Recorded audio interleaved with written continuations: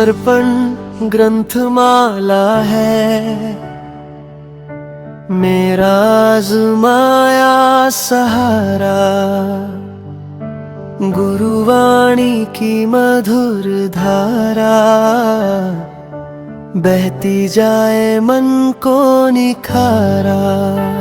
गुरुवाणी गुरुवाणी मेरे भीतर उतर जा। गुरुवाणी गुरुवाणी मेरी राह संवर जा। समर्पण की धारा मुझे अपने पास बुला, आत्म जागृति की ओर मेरा दीपक जगा।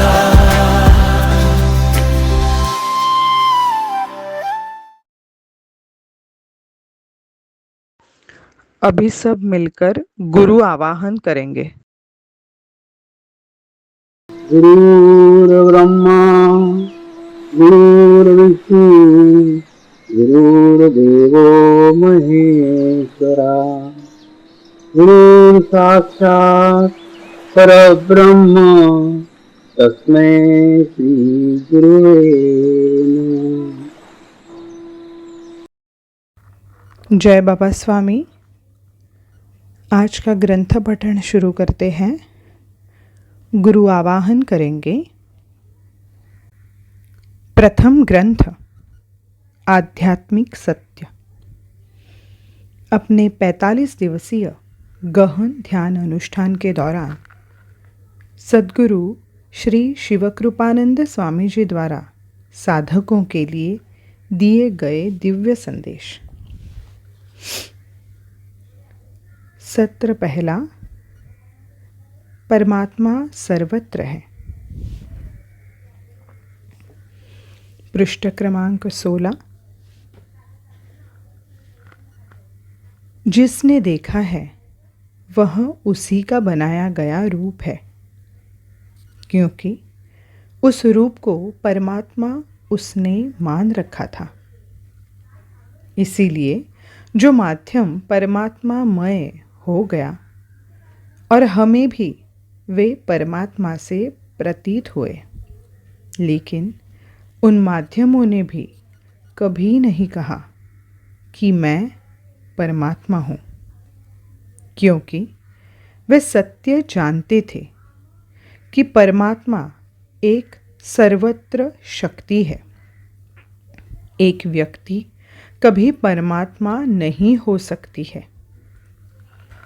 परमात्मा के स्वरूप को समझे बिना परमात्मा की अनुभूति संभव नहीं है। परमात्मा सर्वत्र है, इसीलिए उसे अलग अलग करके कभी देखा नहीं जा सकता है। परमात्मा की प्राप्ति के बाद मैं वो में बदल जाता है। फिर कहते हैं वो चाहे वह करेगा।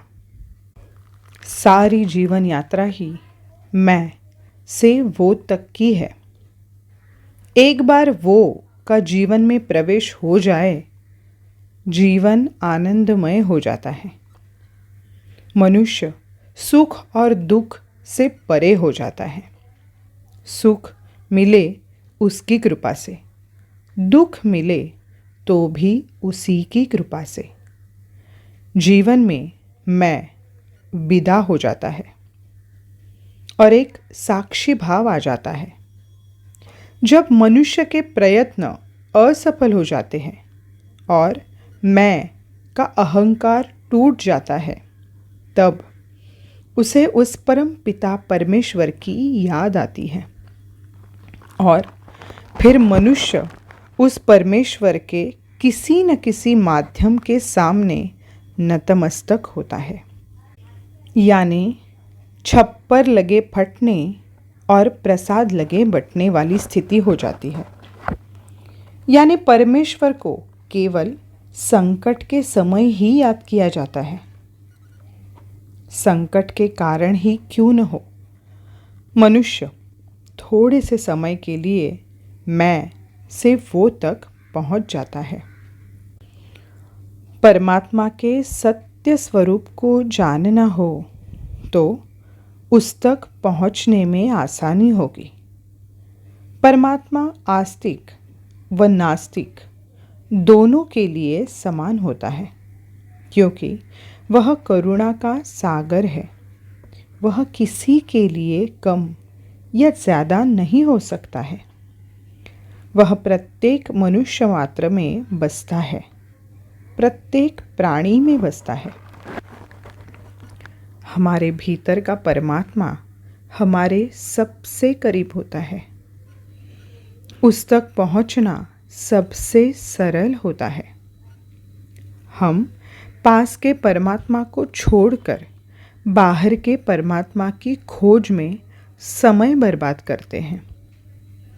कोई भीतर पहुंचा हुआ माध्यम ही हमें भीतर के परमात्मा तक ले जा सकता है। परमात्मा को लोग व्यापारी समझते हैं।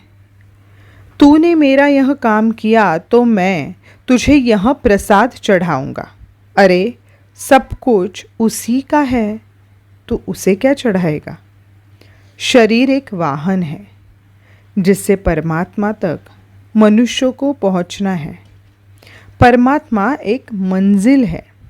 जो शरीर को ही सर्वस्व मान लेते हैं वे परमात्मा को बीमारियां ठीक करने की प्रार्थना करते हैं।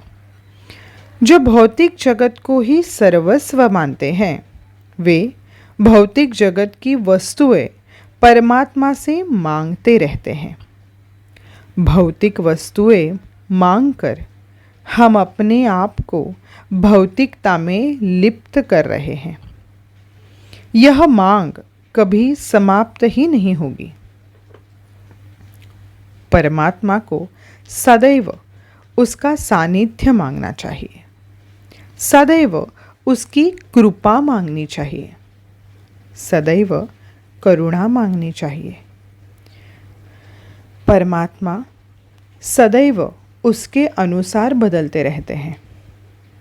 आज का परमात्मा का माध्यम आज के अनुसार होगा।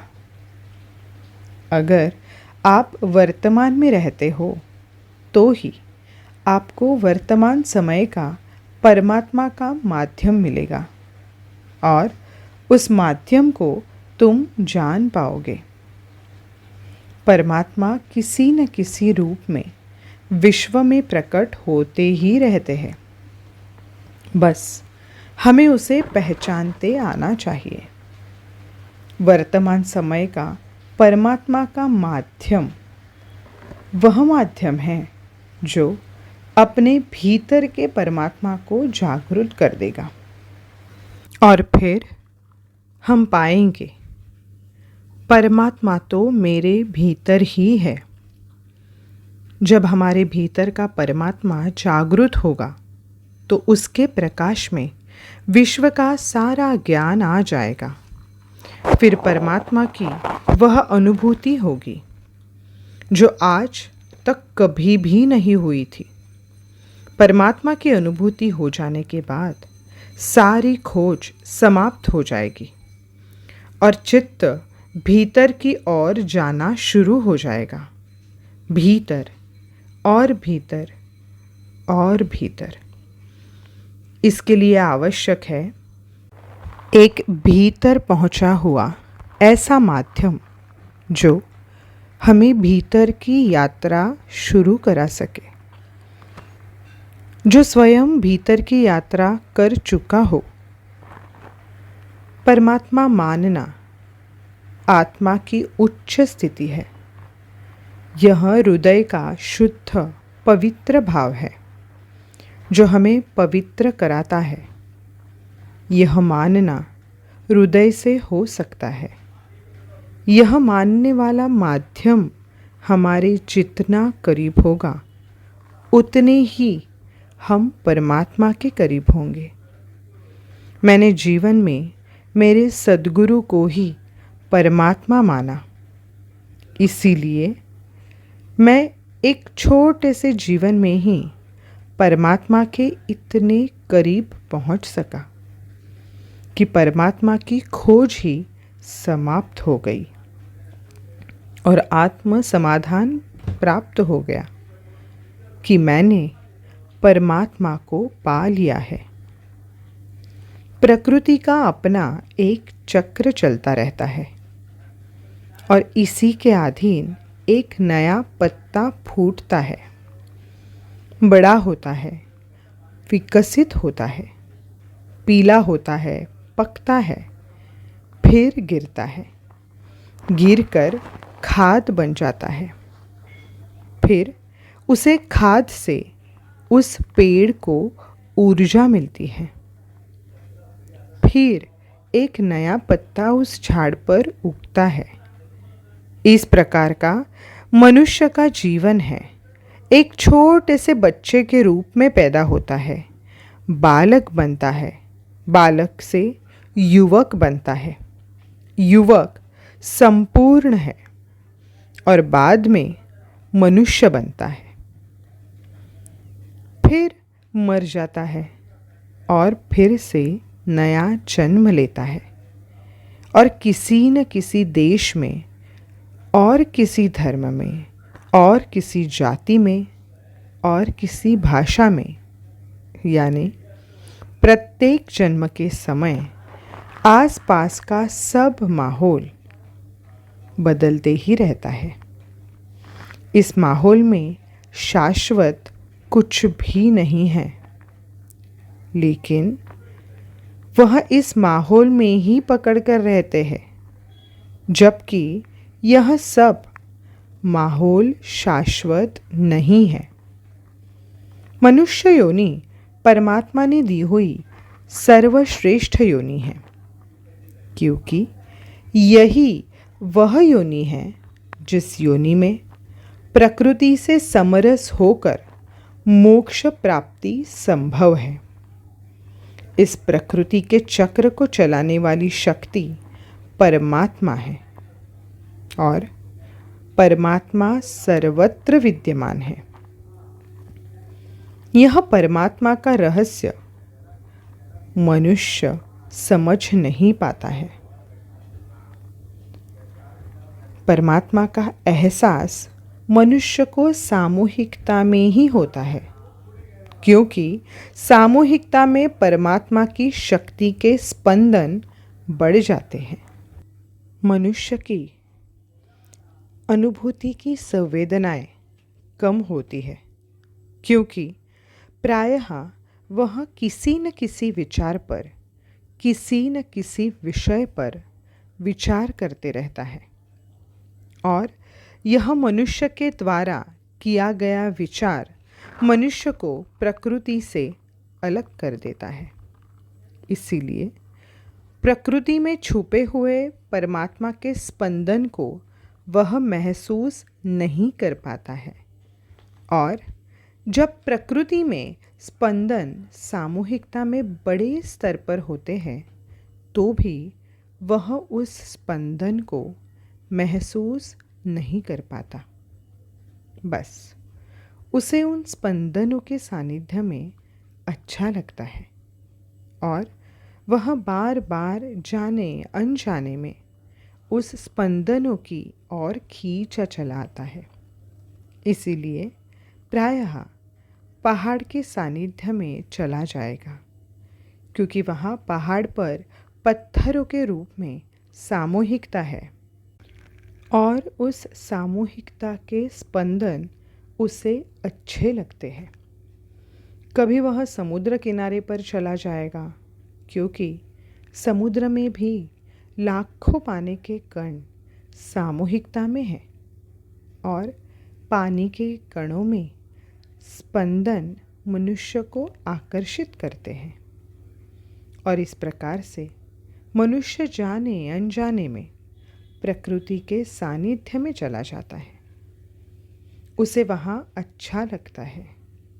वहाँ पर इसीलिए अच्छा लगता है क्योंकि वह जो विचार करता है वे विचार अप्राकृतिक है। वे अप्राकृतिक विचार प्रकृति के सानिध्य में बंद हो जाते हैं और प्राकृतिक हो जाने के कारण ही आनंद की अनुभूति प्राप्त करता है। परमात्मा की शक्ति छोटे छोटे कणों के रूप में सारी प्रकृति में बिखरी पड़ी है। केवल उन कणों की संवेदनाएं बड़ी सूक्ष्म हैं। उतनी ही हमारी सूक्ष्मता बढ़ जाए तो वे अनुभव होंगी, या उनकी सामूहिकता बढ़ जाए तो वे अनुभव होंगी। इन दोनों में जब से कोई स्थिति निर्माण नहीं होती, तब तक हमें उन परमात्मा के कणों के चैतन्य का एहसास ही नहीं हो सकता है। हम परमात्मा तक पहुंचने के दोनों रास्तों तक पहुंचते हैं, और ये दोनों रास्ते भी संपूर्ण नहीं हैं। हम जीवन भर भटकते रहते हैं। ये रास्ते नदी के दो किनारों के जैसे हैं, जो केवल समुद्र में जाकर ही मिल जाते हैं, अन्यथा अलग अलग ही होते हैं। यानी यात्रा बड़ी है, सफ़र लंबा है, और आज के वर्तमान के समय, वर्तमान के परिवेश में यह समाज में रहते हुए असंभव है। और जो आज पहुँचे हैं वे समाज में नहीं हैं। जय बाबा स्वामी। आज का ग्रंथ पठन यही समाप्त हुआ। शांति पाठ करेंगे। ॐ द्योः शान्ति अन्तरिक्षगं शान्तिः पृथिवी शान्ति रापः शान्तिरौषधयः शान्ति वनस्पतयः शान्ति विश्वे देवाः शान्ति ब्रह्म शान्तिः सर्वगं शान्ति शान्तिरेव शान्ति क्षमा शान्तिरेधि। ॐ शान्तिः शान्तिः शान्ति सर्वारिष्टसुशान्तिर्भवतु। आज का ग्रंथ पठन यही समाप्त होता है। जय बाबा स्वामी।